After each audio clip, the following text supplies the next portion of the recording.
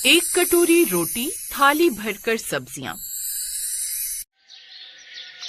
आरव मुंबई शहर में रहने वाला एक इंजीनियर लड़का था जो महाजन परिवार का इकलौता बेटा था। उसके परिवार में उसकी माँ सुनीता महाजन, पिता आलोक महाजन और दो बहनें किंजल और नितिका महाजन थी। एक रोज गांव से मनोहर के यहाँ से शादी का कार्ड आया, उसकी बेटी शन्नू की शादी है।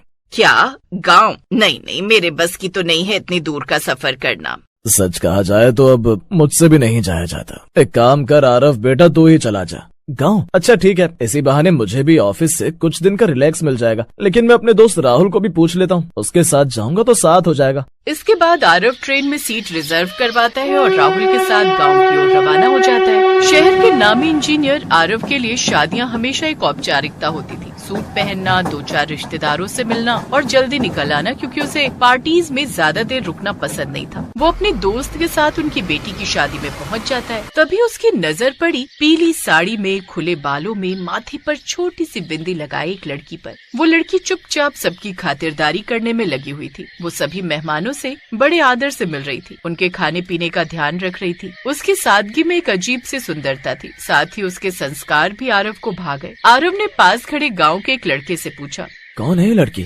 दूसरे गांव की लड़की है गौरी, शन्नो दीदी की सहेली है, 12वीं पास है। आरव ने फिर से उसकी ओर देखा। न मेकअप न बनावटी मुस्कान, फिर भी उसकी ओर से आंखें हट ही नहीं रही थी। अचानक थोड़ी देर बाद बारिश शुरू हो गई।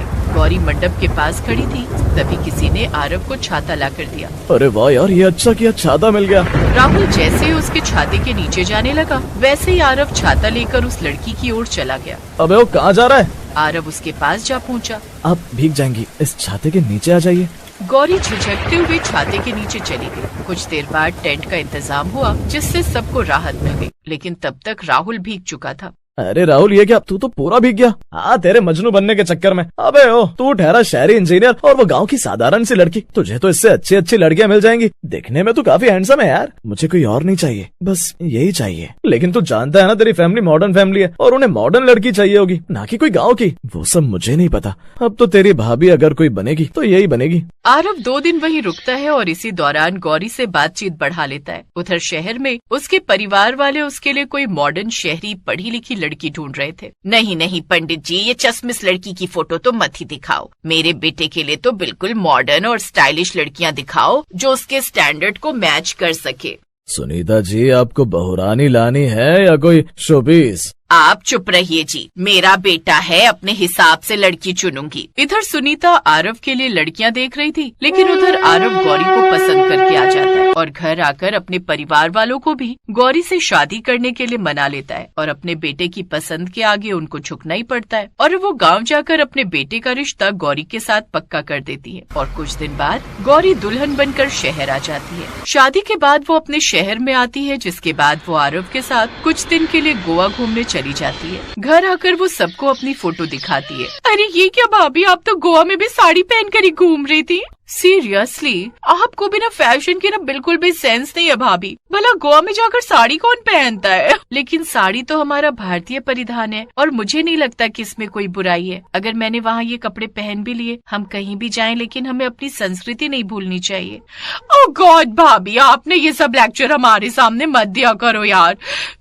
यू नो ना, हम शहर की मॉडर्न लड़कियां हैं और आप गाँव की हैं, तो आपको ये सब सेंस नहीं होगा। किंजल, नितिका, ये क्या तरीका है भाई अपनी भाभी से बात करने का? तो क्या ही गलत कहा। अब अपनी ताई जी की बहू नताशा को ही देख ले, कितनी मॉडर्न और पढ़ी लिखी है और फैशन का भी क्या बढ़िया नॉलेज है उसको। खैर छोड़ो, तू तो इसी की तरफदारी करेगा, आखिर तेरी पसंद की जो है। अब दोनों बहनें मुंह बनाकर वहाँ से चली जाती हैं। शादी के बाद गौरी हनीमून के लिए चली गई थी, इसलिए उसने अभी तक एक बार भी किचन में खाना नहीं बनाया था। खाना बनाने के लिए वो किचन में जाती है और कुछ देर बाद बहुत सारे पकवान बनाकर तैयार कर लेती है। लेकिन खाना बनाने के बाद वो किचन में कुछ न जाने कहाँ होंगे। यहाँ तो मुझे कहीं भी पत्तल नजर ही नहीं आ रहे, पता नहीं कहाँ रख दिए होंगे। अब वो सारी रसोई छान मारती है, लेकिन उसे कहीं भी नजर नहीं आते। कमाल है, यहाँ तो बस ये स्टील की कटोरियां हैं और ये थाली ही रखी हुई है। और हमारे गांव में तो थाली में बस तभी देते थे जब कोई खास मेहमान आते हैं। नहीं, कहीं मैं थाली में ले गई तो माँ जी कहीं 2 बातें न सुना दे। कुछ देर बाद सास की आवाज बाहर से आ जाती है। अरे बहू, खाना बना रही है या बीरबल की खिचड़ी जो अभी तक नहीं बना तेरा खाना? जी माँ जी, बस तैयार है जी, बस अभी लाई। गौरी को एक जुगाड़ सूझता है। अब वो रोटी को तोड़कर कटोरियों में डाल देती है, साथ ही थालियों में अलग अलग सब्जियां डाल देती है, जिसमें एक में मटर पनीर, एक में आलू गोभी, एक में छोले डाल देती है और कुछ देर में उनके सामने परोस देती है। 3 थालियों में 3 अलग अलग सब्जियां और कटोरियों में रोटी देख सभी एक दूसरे का मुंह देखने लगते हैं।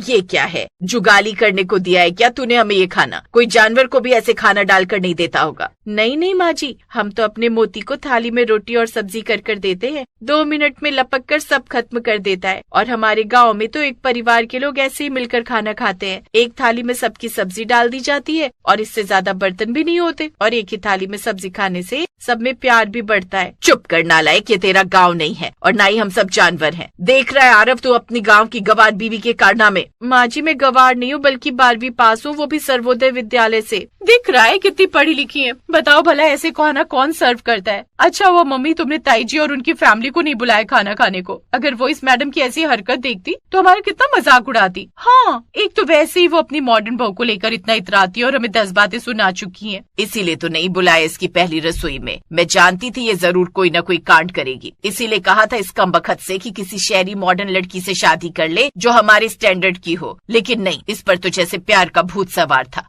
अरे बस भी करो, बहू बेचारी शहर में नई आई है, धीरे धीरे यहाँ के तौर तरीके सीख जाएगी। अब वो सब बिना खाए ही वहाँ से उठ जाते हैं। गौरी को ये सब देखकर बड़ा बुरा लगता है। फिर आरव उसे सारी बात बताता है। गौरी, माँ की बातों का बुरा मत मानना। शहरों में सब्जी कटोरियों में परोसी जाती है और रोटी थाली में। आगे से ध्यान रखना। अच्छा मैं चलता हूँ, ऑफिस के लिए लेट हो रहा है। आरव ऑफिस के लिए चला जाता है और सुनीता भी अपने पति के साथ एक रिश्तेदार को हॉस्पिटल देखने चली जाती है और किंजल और नितिका भी अपने कॉलेज चली जाती हैं। अब घर में अकेली गौरी ही बचती है। ओफो, सारा घर बिखरा पड़ा है। माँ जी के बेडरूम से लेकर ननद जी के कमरों का बड़ा ही बुरा हाल है। कोई बात नहीं, मैं भी तो यहाँ बैठकर बोर हो रही हूँ। अब गौरी सारे घर की अच्छे से बैठकर सफाई करती है और उसे इन सब में 4 घंटे लग जाते हैं। फिर जब उनके घर वाले आते हैं तो अपने घर को देखकर बड़े खुश होते हैं। सुनीता भी अपने घर का हाल देखकर खुश तो हो जाती है। नई बहू के आने से अब घर काफी साफ रहता था। ऐसे ही कुछ दिन बीत जाते हैं। एक रोज वो किसी पार्टी में जाते हैं जहाँ उनकी ताई सास भी अपनी मॉडर्न बहू को लेकर आई होती है, जिसने काफी मॉडर्न शॉर्ट ड्रेस पहनी हुई थी, जबकि गौरी वहाँ भी साड़ी पहनकर ही जाती है और सबके पाँव छूती है, जबकि मॉडर्न बहू किसी से ठीक से बात भी नहीं करती। सुनीता, अब तो अपनी इस गाँव की बहू को शहरी तरीके के कपड़े पहनना सिखा दे। इसको समझाइए इसका गाँव नहीं है। मदर इन लॉ, अगर आपका टाइम पास हो गया तो जरा ये मेरी सैंडल पकड़ो, मुझे डीजे पर जाकर डांस करना है। बहू तो पिछले 10 दिन से रोज पार्टी में ही जा रही है। घर आए हुए तुझे 10 दिन हो गए। वो तेरी घर गृहस्थी, कम से कम उसे तो चलकर संभालना सीख। ए बुढ़े, मेरा दिमाग खराब मत कर, समझा? मैंने किसी का ओपिनियन नहीं मांगा है। ये मेरी लाइफ है और मेरी मर्जी, मैं इसे कैसे भी जीऊं। वो वहाँ से चली जाती। ये देख ताई सास और ताया ससुर बड़े शर्मिंदा हो जाते हैं। वहीं गौरी अपनी सास की अच्छे से केयर करती है और पूरी पार्टी में अपने सास ससुर का पूरा ध्यान रखती है। फिर घर आकर देखा सुनीता, भाई साहब की मॉडर्न बहू को, वो भले ही मॉडर्न शहरी है लेकिन उसमें संस्कार नाम की चीज नहीं है। और एक हमारी बहू है जिसे सब चीजों की कितनी फिक्र रहती है। वो घर भी अच्छे से संभालना जानती है, साथ ही अपने से बड़ों की इज्जत करना भी।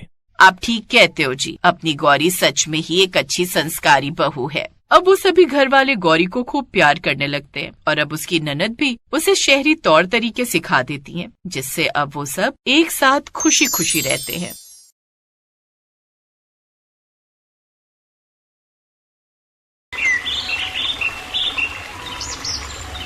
सुमन घर की बनी रोटी सब्जी का नाम सुनते ही बुरा सा मुंह बना लेती थी। उसी बात को लेकर सास बहू दोनों में रोजाना तू मैं हो ही जाती थी। सुमन, ये क्या, तुमने बाहर से कुछ खाने का मंगवाया है क्या? हाँ, वो मैंने रसोई में देखा, आप रात के खाने के लिए भिंडी काट रही हो। मेरे से सूखी रोटी सब्जी नहीं खाई जाती, इसलिए मैंने नूडल्स और मंचूरियन मंगवा लिया। बस, अब मैं तुम्हें कुछ बोलूंगी तो तुम्हें बुरा लगेगा कि मैं तुम्हें खाने के लिए टोक रही हूँ। ये रोजाना बाजार से जो तुम खाने का सामान मंगवाती रहती हो ना, सेहत के लिए कितना खराब है, ये तुम्हें बाद में पता चलेगा। मम्मी जी, दुनिया बाजार का खाती है, हम खा लेंगे तो क्या बीमार पड़ जाएंगे? ऐसा नहीं होता, ये सब बेकार की बातें हैं। मुझे कुछ नहीं होता, मैं बिल्कुल ठीक हूँ। अच्छा, मुझे बहुत तेज भूख लगी है। राजीव तो रात को लेट आएंगे, मैं तो खाना खा रही हूँ, आप खाओगे? नहीं, मैं तुम्हारे ससुर जी को पहले रोटी दे दूं, उसके बाद खा लूंगी। तुम खा लो, भिंडी रोटी लेनी हो तो ले लेना, साथ में मैंने रोटियां ज्यादा बना दी थी। ठीक है, एक ले लूंगी रोटी, मन होगा तो। सुमन अक्सर ही रोटी सब्जी बनने के टाइम पर बाजार से ऑर्डर कर देती थी या फिर सूखी सब्जी बने तो उसके साथ कुछ और बनाने की तैयारी कर लेती थी। सुमन, आज मंडी से करेले लेते आऊं? तुम्हारे बाबूजी कई दिनों से करेले आलू प्याज की सब्जी खाने के लिए कह रहे हैं। तो हम सब क्या खाएंगे? वही रोटी सब्जी जो बनेगी, और क्या खाना है। मैं मंडी होकर आती हूँ। सुमन की सास सुषमा सब्जियां लेने मंडी चली जाती है। रात को सुमन रोटी सब्जी बनाकर तैयार कर देती है, पर अभी सुमन कढ़ाई में कुछ और बना रही थी। तभी सुषमा रसोई में आती है। अरे सुमन, ये क्या बना रही हो? वो मेरा ना रोटी सब्जी खाने का मन नहीं था, इसलिए मैं अपने लिए नूडल्स बना रही हूँ। अरे तो अब तुम्हारा नूडल्स खाकर पेट भर जाएगा, तो क्या तुम अब फिर रोटी सब्जी नहीं खाओगी? बहू, ये सब ठीक नहीं। रोटी सब्जी खाना भी बहुत जरूरी है। हर समय ये उल्टा सीधा खाने से पेट को नुकसान होता है। मेरा बिल्कुल मन नहीं था रोटी सब्जी का, इसलिए मैंने नूडल्स बना लिए। हर समय रोटी सब्जी नहीं खाई जाती। आप सब खाओ ना रोटी सब्जी, आपको थोड़ी रोका है। रहने दो मम्मी, जब ये नहीं सुनती तो कहना बेकार है। छोड़ो तुम, ये रोजाना की तू तो मैं से मेरा सिर दर्द होता है। अरे सुषमा, आज रोटी मिल जाएगी या भूखा ही सोना पड़ेगा? हाँ, ला रही हूँ। ये रोजाना की चिक चिक से ना मेरा दिमाग खराब हो गया है। अब दिखाती हूँ इन्हें कल से कि रोटी सब्जी बनाना होता क्या है। अगले दिन सुमन की हरकत से हर कोई अनजान था कि वो क्या नया करने वाली है।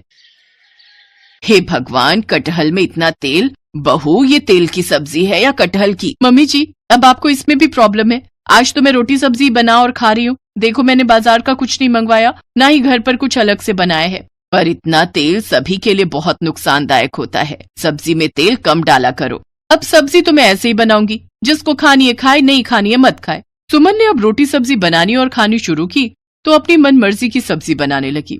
रोजाना ही सुमन तली हुई तेल में डूबी मिर्च मसाले वाली सब्जियां बनाने लगी। ये आप गाजर मटर की उबली हुई सब्जी क्यों बना रही हो? मैंने तो शाही पनीर बनाया ना, वो नहीं खाओगे? नहीं बहू, तुमने इतना तेल और मिर्च मसाले वाला बनाया है। तुम्हारे बाबूजी और मैं इतनी तेल और मिर्च मसाले वाली सब्जियां नहीं खा सकते। मेरी जीभ जलती है ज्यादा मिर्च मसाले वाली सब्जी खाऊं तो। और तुम्हारे बाबूजी तो वैसे भी दिल के मरीज हैं, उन्हें मैं इतना तेल नहीं दे सकती।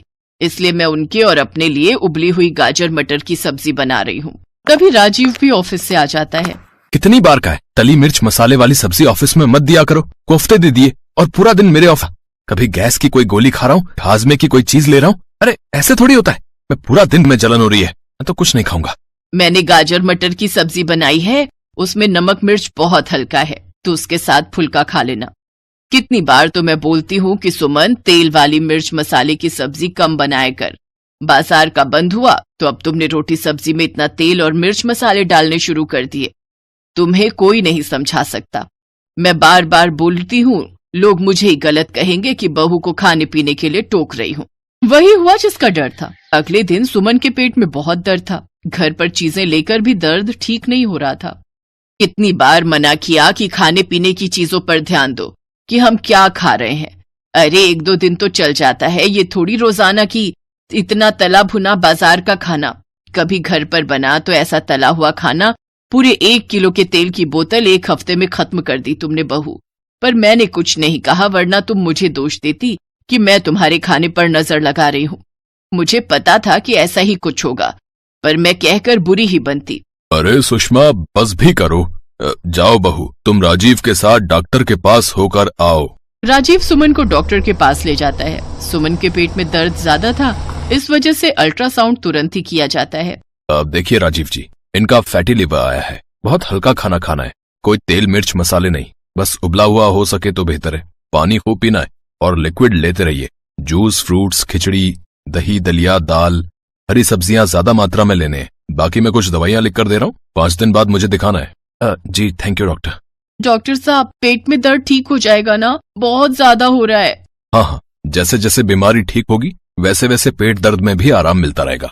कुछ हल्का खाकर जाते से दवाई ले लेना, और दवाई का कोर्स बहुत ध्यान से करना है, पर साथ ही साथ अपने खान पान पर भी पूरा ध्यान रखना है। राजीव सुमन को लेकर घर आ जाता है। सुमन की सास सुषमा रसोई में खिचड़ी तैयार कर रही थी। कुछ देर बाद सुषमा सुमन के लिए खिचड़ी और दही लेकर आती है। ये लो सुमन, ये खिचड़ी खा लो, उसके बाद दवाई ले लेना, आराम मिल जाएगा। सॉरी मम्मी जी, मैंने आपकी बातों पर बिल्कुल भी ध्यान नहीं दिया। हमारे बड़े हमें सही बात कहते हैं, पर हम छोटे उनकी बातों को इग्नोर कर देते हैं। पर सच तो यह है कि आप ठीक कहती थी, मेरी भलाई सोचती थी। मैं प्रॉमिस करती हूँ अब मैं सिंपल खाना खाऊंगी, नॉर्मल सब्जी रोटी और घर का बना सिंपल खाना। ऐसा नहीं है बहू, खाओ, बाजार का भी खाओ, घर का बाजार का तला हुआ भी खाओ, पर उसे आदत मत बनाओ। कभी तीज त्योहार या फिर कोई शादी पार्टी या कोई समारोह उत्सव हो तब खाओ। ये नहीं कि रोजाना ही हम इतना भारी खाना खा रहे हैं जो हमारी सेहत को नुकसान दे रहा है। ये भी तो ठीक नहीं। अब जल्दी से खिचड़ी खा लो, फिर दवाई ले लेना।